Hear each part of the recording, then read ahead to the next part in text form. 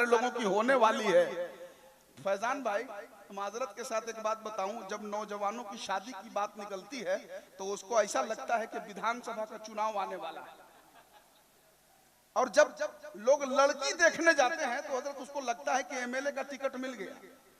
शादी की तारीख तय होने के बाद उसको ऐसा लगता है कि चुनाव की धूम मची हुई, चुनाव प्रचार की, और जिस दिन उसकी शादी होती है वो तो लगता है कि एकदम एमएलए का सर्टिफिकेट मिल गया है, वो काउंटिंग हॉल से सर्टिफिकेट लेके निकल रहा है।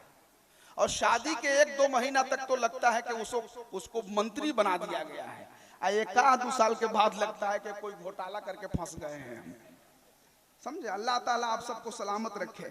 अब सुनिएगा, यकीनन सुनेंगे आप हजरात, अगर दिल से सुनेंगे और वाकई में सुनना चाहते हैं तो सभी लोग एक बार ईमानदारी के साथ इमाम अली मकाम के नाम की बरकतें हासिल करने के लिए पूरा मजमा जरा झूम कर कह दें या हुसैन, और जरा तेज आवाज कह दें या हुसैन, या हुसैन, या हुसैन।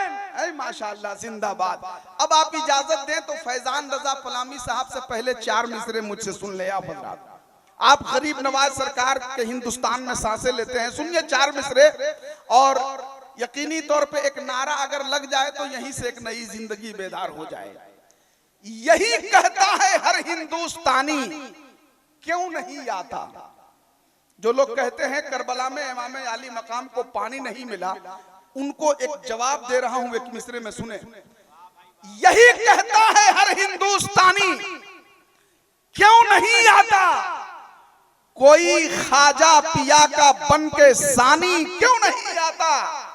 अरे आना सागर चला आया मेरे ख्वाजा के कहने पर, हुसैन पाक कह देते तो पानी क्यों नहीं आता।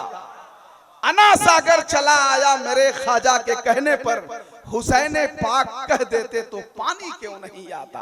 हुसैन पाक कह देते तो पानी क्यों नहीं आता। सुभान अल्लाह। अब आइए एक नारा लगाएं, जरा दिल से नारा लगाएं।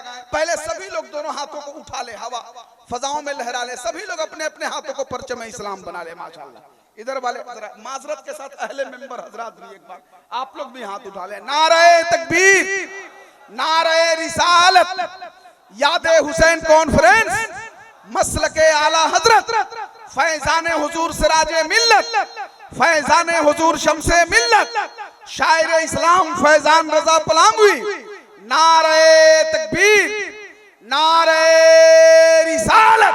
अब इस शेर के साथ हजरते फैजान रजा पलामी तशरीफ ला रहे हैं कि मकसदे शाह जो पूरा नहीं होने देगा, उसको खालिक कभी पैदा नहीं होने देगा। देख कर नेज़े पे सर शिम्र से ज़ैनब ने कहा, मेरा भाई तुम्हें ऊंचा नहीं होने देगा।